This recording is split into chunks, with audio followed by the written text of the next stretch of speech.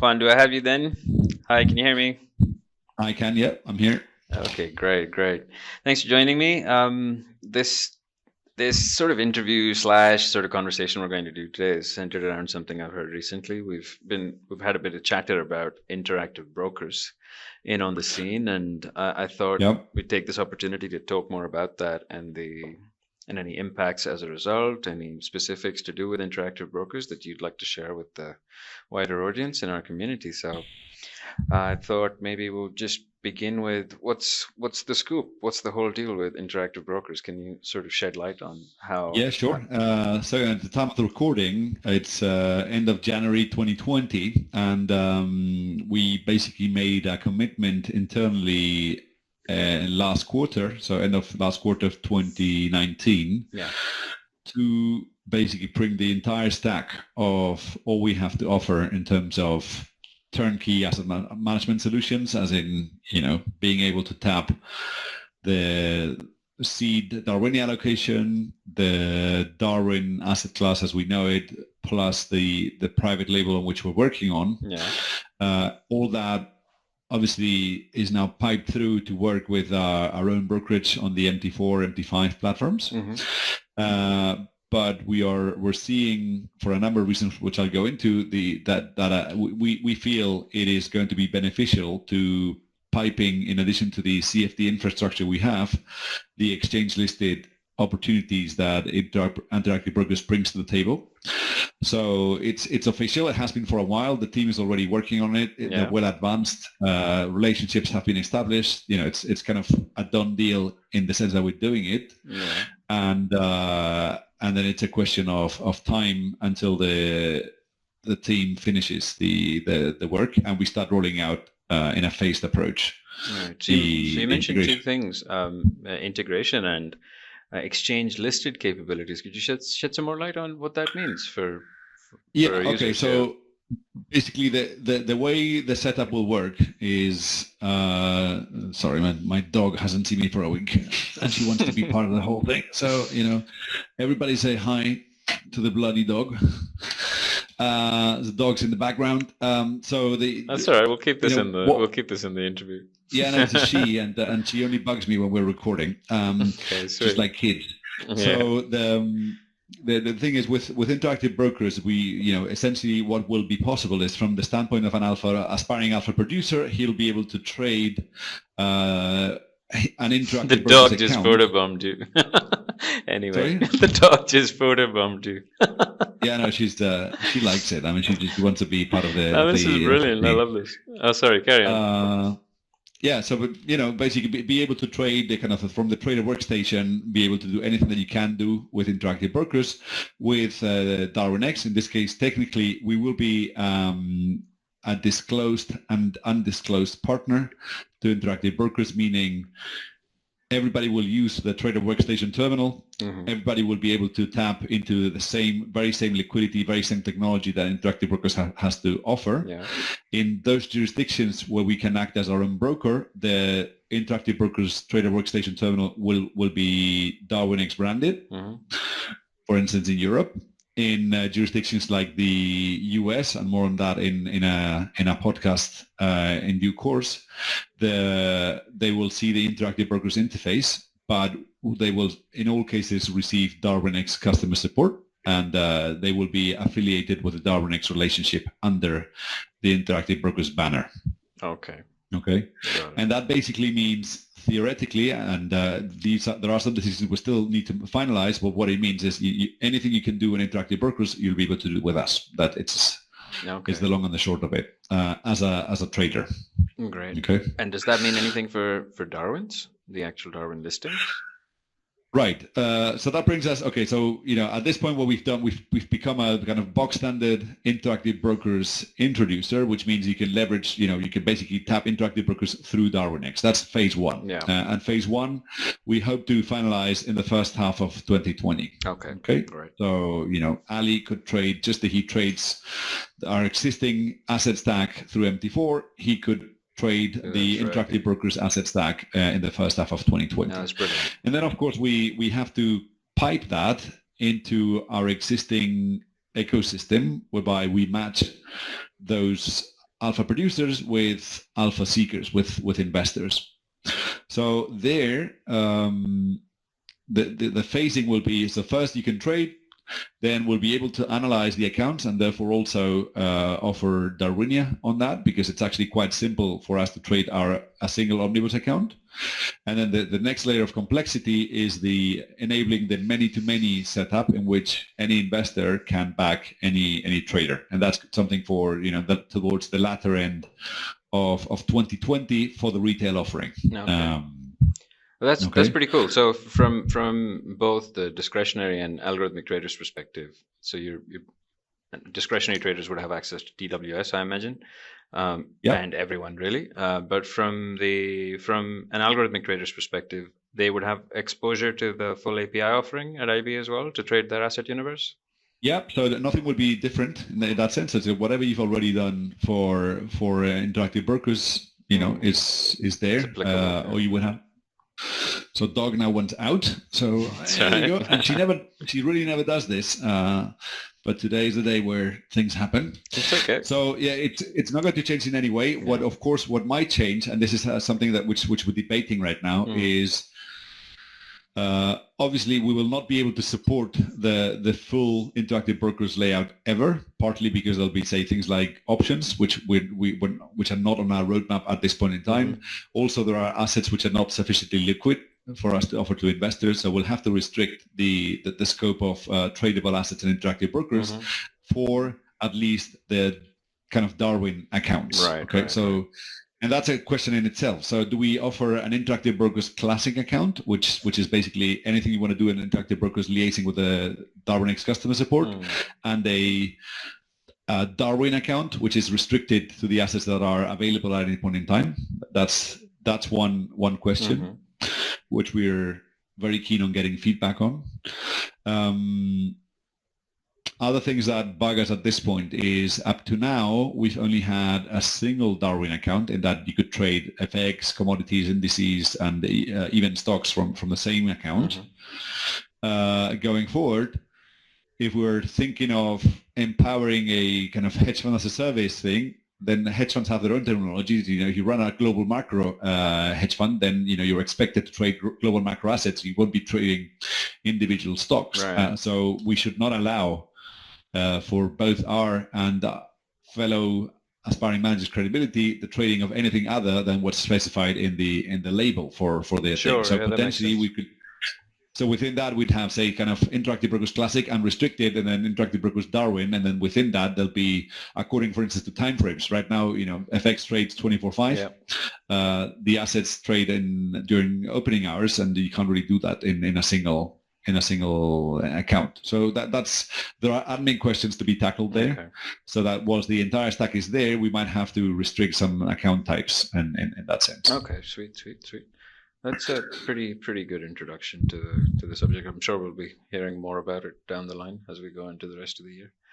I also want to touch base with you on something that you've spoken about before, and something that we've sort of spoken about with the community at large as well at Darwinex, and that's performance optimization. So you spoke recently, but briefly, about plans for along the lines of order fractioning and characterization of flow, and how we deal with those specifics at Darwinex. Could you shed more light on how and what exactly we're doing about those topics? So that's a specific part of the why we're going to interactive brokers, right? So I think there is, the why, it's actually written in our ethos. If we're an ecosystem that matches alpha producers with seekers, then we have to be available to any seeker, and we think like the universal ecosystem where most of the aspiring alpha seekers, alpha producers that we know is bound to be, or at the very least, know interactive brokers.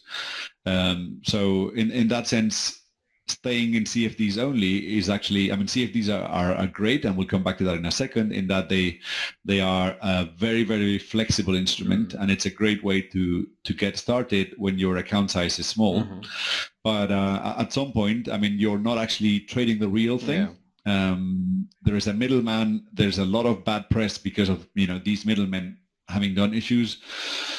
we spent 7 years in that hole, and we slowly want to get out of it. Yeah. So we don't want anybody looking down on Darwinex because we offer CFDs, and that's something we'll come back to in a second on the branding side of things. So from the standpoint of our producer, if we want a kind of a Swiss knife universal solution where anybody can do what they're good at, then Interactive Brokers is undoubtedly the best starting point, in the sense that it's got the broadest asset coverage, also the broadest geographical coverage, so they're present worldwide. So in due course, for our US customers or even APAC customers, I mean, it's a single roof where everybody can do what they want. Future US and APAC customers. Exactly, yeah. But not so distant future. We'll cover that at some point. Okay. There's that. And then from the standpoint of the seekers, then there is a very clear barrier. So as long as we talk about retail investors, even high net worth retail investors, then obviously as you know, we've got this $500,000 cover for the FSCS, like the Financial Services Compensation Scheme. So anybody, it can be kind of dead certain that there's no issues with Darwinex, because we don't take principal risk, because we've got third parties. We're obviously FCA regulated. Third parties have audited us and chosen to give us this insurance. Yeah. So up to $500,000, there's no question that everybody's fine. But then the moment you're talking about 50 million, then we are a fintech company. We're kind of finding our way, but at this point, we haven't really prioritized our balance sheet. This was more of a kind of technology optimization situation. Yeah. But we're now being approached by more and more not institutional, but certainly professional investors like family offices, independent financial advisors, and so on. And for them, if they're going to park, tens, if not hundreds of millions with our traders, then our own balance sheet is an issue. Yeah. And in that sense, being in a position where we don't act as the broker for the investors in that setup, but instead we basically act as a technology provider, an asset management provider, and signal provider, but not the broker. The broker would in that case be Interactive Brokers or perhaps others. That basically opens the lift potentially the single biggest restriction we still have in terms of tapping substantially larger AUM. Okay, great.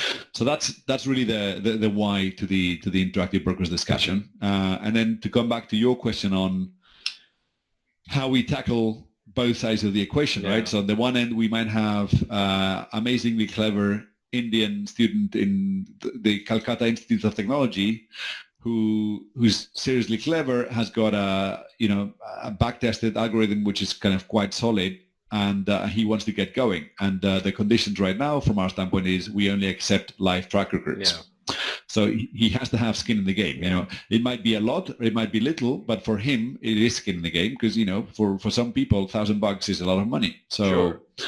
Yeah. And we demand it that way because he has to care. Now the issue is with $1,000.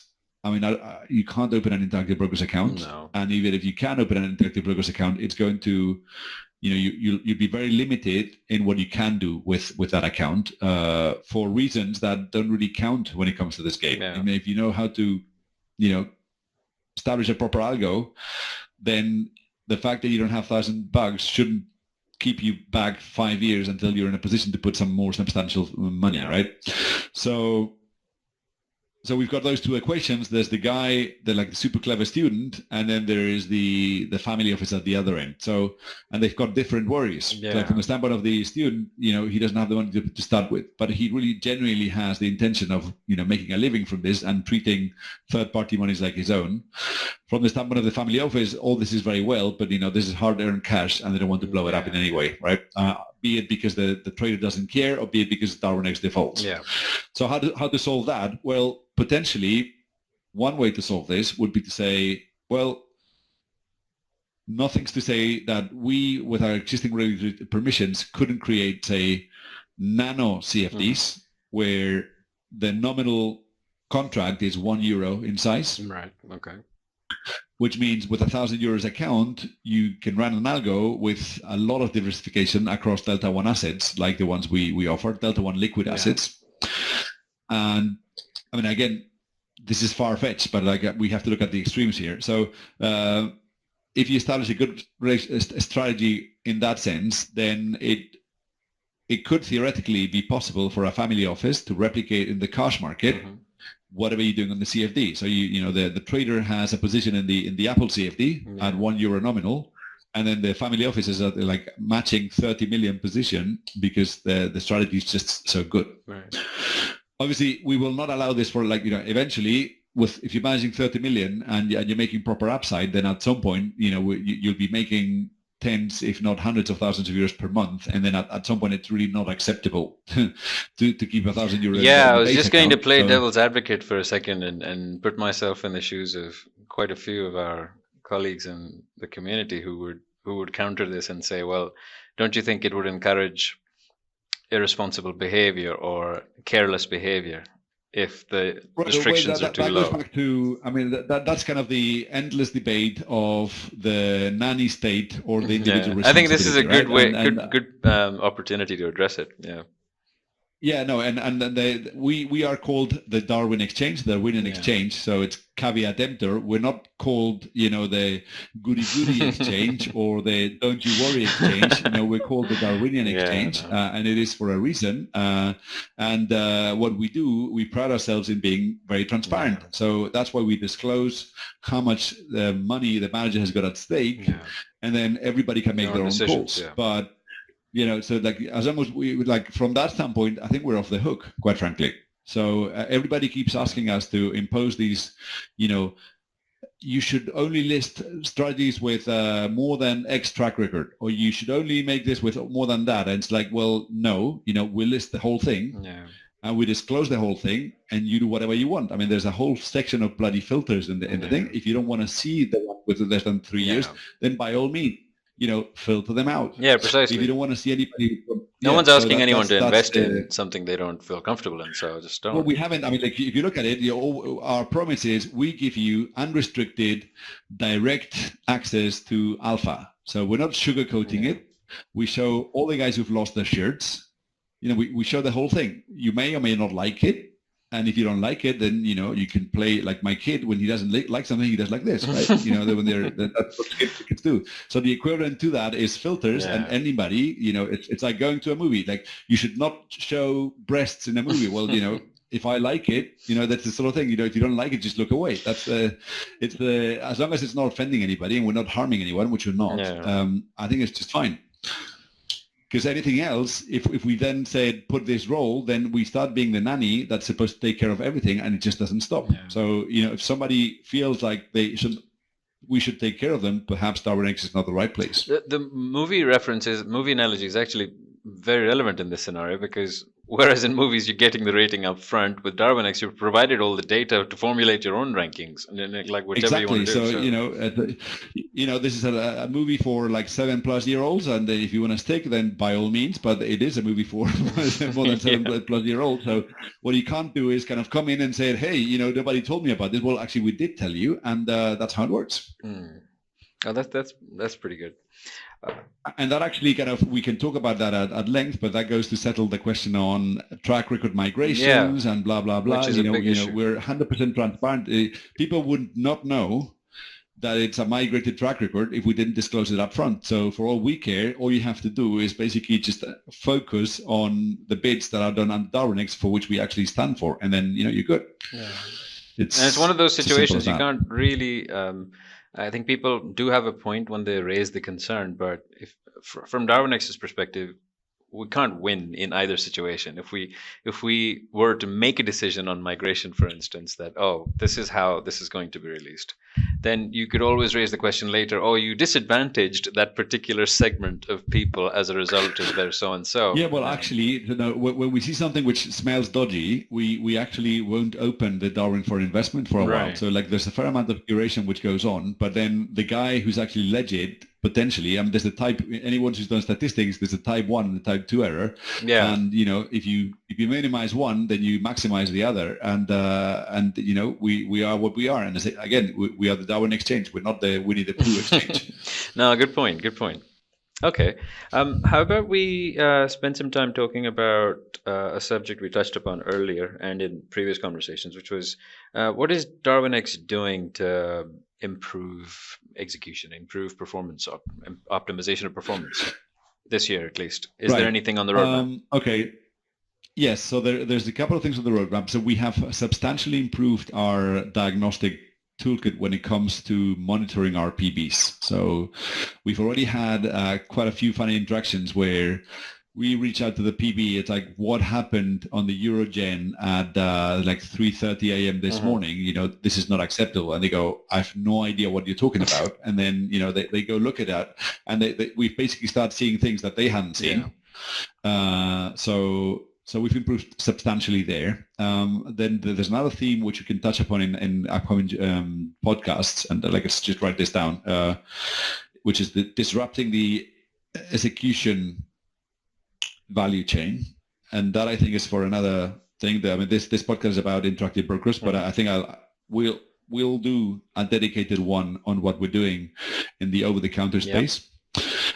When it comes to the exchange-listed space, in this case, what we're doing is we're offering interactive brokers. So, because that's how exchange-listed markets work, right? We are, what you're getting is what you get with interactive brokers. So, stop telling me that my LPs are this or that.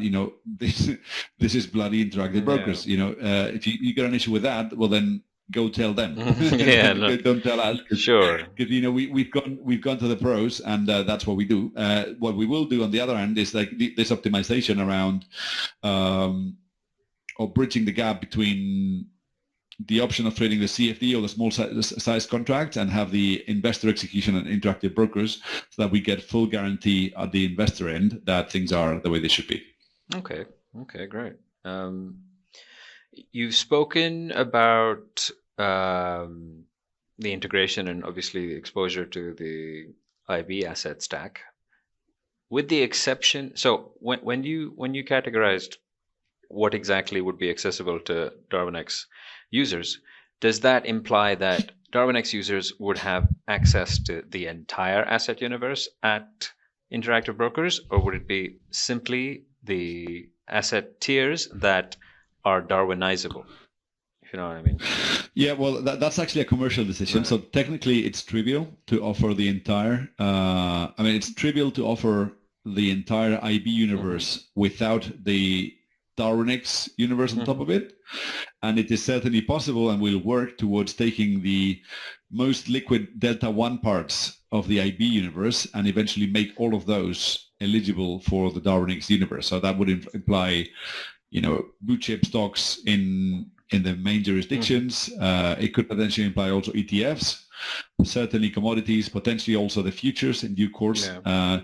It's really, because up to now we come from a standpoint where part of the complexity comes from the fact that we wanted to make the asset universally accessible at the investor end, in the sense that the minimum account size right now is 200 euros to buy one Darwin. Now we'll potentially have to increase that going forward, but that's one of the areas where the option, the fact that we've got a full scope market license and access to the cash markets could potentially allow us to basically round up to the nearest integer. Like, say I need to send 52,333 euros to the market in Apple. Well, I'll probably arbitrage between the cash and the futures market to get the best price, and then the last peanuts will have to do as a CFD, which goes against our books. And in that sense, if we give investors the option of keeping the small denomination, that in turn empowers full use of the Darwin API in creating Darwin of Darwin's portfolio / Mendel's in internal jargon that we're working on. Right. So the decision to potentially up that level of the minimum investment in a Darwin is influenced hence by execution and clearing related issues. Is that right? Correct. Yes. Because otherwise the operational complexities that come with it. So it's a lot easier. We could. I've spoken before about the phased approach to launching the interactive brokers proposition. And first thing is you can just trade. Then we'll be able to diagnose plus Darwinia, and then the last one is the everybody to everybody. But we're now having conversations with institutional investors where we're talking about tens of millions. So in that setup, it's actually quite easy to open up a Darwin for a single investor with tens of millions, and potentially we are better served because we start having the kind of interactions we want to have as well on the investor side of things, and of course the manager doesn't have to wait for 6 to 9 months until the whole thing's up and running. So it's all of a bit of a moving target. The one thing that we know for sure is that we want in due course to be able to support as much of the liquid Delta One universe that Interactive Brokers has to offer. Okay. Then there's another very important point as well, which is the positioning, like the commercial pitching that we do with it. So up to now, if you want to get me go bananas, you can basically tell me that Darwinex is a social, like it's an MT4 CFD broker with copy social trading features like copy trading features like eToro. I mean, that's basically the best way to ruin my day and potentially my week. But I have to admit, we haven't done a great job out of differentiating and kind of making the most of what we have to offer, which honestly I think is a lot. Where do you think Darwinex can do a better job? Why do you say that? I think when you come, we've basically said, okay, we have a mission, which is bring together alpha producers, like match alpha producers with alpha seekers or investors. And being engineers as we are, I mean, the office, you were a client before you were an employee. I mean, the office is full of engineers, and even I'm the least engineerial of all of us, and I'm still 90% engineerial in my own ways. So we've basically taken that mission and said, okay, this is the job we need to do. We put it on our website and then we put it out there. People will understand it. And what happens is people come here and they go, what the fuck, right? And because we're too many things to too many people. Like we have beginner traders who kind of struggle getting MT4 to run, together with from 60 countries in a lot of different languages, together with the most advanced guys are now making tens of thousands of euros a month. Yeah, it's pretty on the main platform. And then we have investors with 200 euros, and we have institutional investors, and all of that coexist in a single platform, which has like 3 brokerage platforms, 1 investor platform, an API, lots of features like Darwinia and back filters, and the whole thing it's a very impressive technical feat. But I mean, even I struggle to get it after having looked at it for a while, right? So I think what we need to do is and we're actually doing it now, to basically say who are the different client personas who can benefit and contribute to this ecosystem to make it better for everyone, so that we can get these network effects kick-started. And then how do we identify the individual selling propositions that appeal to each of these guys individually, okay? So, and in that sense, I think we'll have another podcast on this, but the question with which I like to close this interaction is, okay, should we bolt on Interactive Brokers to the existing Darwinex as it is and add yet another whistle? Or should we create a dedicated value proposition, which is basically, this is Interactive Brokers plus everything that Darwinex has to offer. So we're as good as Interactive Brokers everywhere else. Yeah. We've got a heck of a customer service, which you can go check out in many of the places of people who've known us for years now. And then on top of that comes the option of legally getting paid for creating alpha for investors. So I think that's a powerful enough proposition in its own right that we shouldn't necessarily commingle with the investor proposition, because that kind of could be a separate thing, or the CFD proposition in its own right. And then applying that logic leads to quite a substantial breakup of Darwinex. I mean, we'll never give up on the vision, but I think we can certainly split up the proposition in a way such that it makes sense to the people that it's actually made for. Right. No, that makes total sense. And more of that in another one. So, I think I've just made a list of a couple of interesting episodes that we should discuss potentially over the next couple of weeks. Sure. So one is the disruption in the OTC value chain. What are we doing there in terms of curating liquidity and so on? And the other one is the gradual rebranding of Darwinex, because I'm sure there are far better marketing people in the customer base than we are. Yeah, that's for sure. Yeah. I think the site shows it. and now that we've got the Death Star working, it's time to start making sense of it, so that more and more people can understand it and share it as they see fit. No, that's been pretty insightful. Is there anything you wanted to contribute on in terms of one thing actually. So in the last, I would say, be correct to say, in the last 12 calendar months, we've seen a pretty impressive uptake in assets under management. Yes. So with that come a few issues to deal with on both the part of the Darwin provider as well as Darwinex.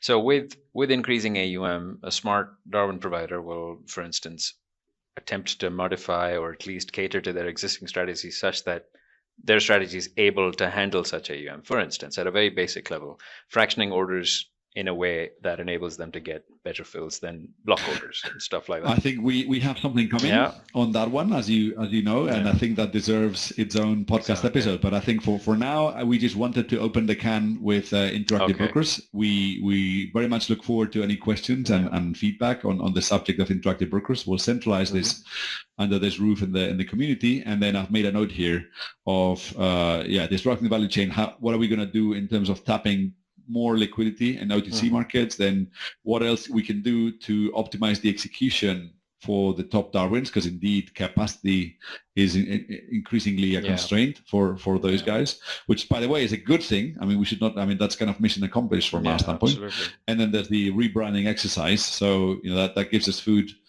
for another 3 weeks, and we certainly look forward to all the feedback that people might have. We are making a big effort to answer every comment there, and we're trying to do this publicly so that we don't have parallel conversations with any of those, and so that users can also engage with each other instead of just with us. The manner in which we're holding these podcasts is literally like an office conversation. So we highly encourage people to contribute and just get in. Yeah, by all means, ask questions. I mean, as long as it's respectful and it's fact-based, then fantastic. If somebody comes up with bullshit, then, you know, there'll be a Darwinian bullshit filter, and we'll just not waste our time. That is true, yes. With crap. A very robust one, too. Great. I think that was pretty awesome. We've gone through a lot of stuff, and I think that's answered a fair few questions, at least on the interactive broker side. We'll get through. Well, it's probably raised quite a few more, but then, you know, that's the way to get going. Sounds good. So we'll figure out what we're talking about in this 6 or 7 episodes we just went through planning during this episode, and get back to you guys with another. Yeah. Thanks very much. Thanks, man. Take care. Take care, Ali. See you later. Cheers. Bye. Bye.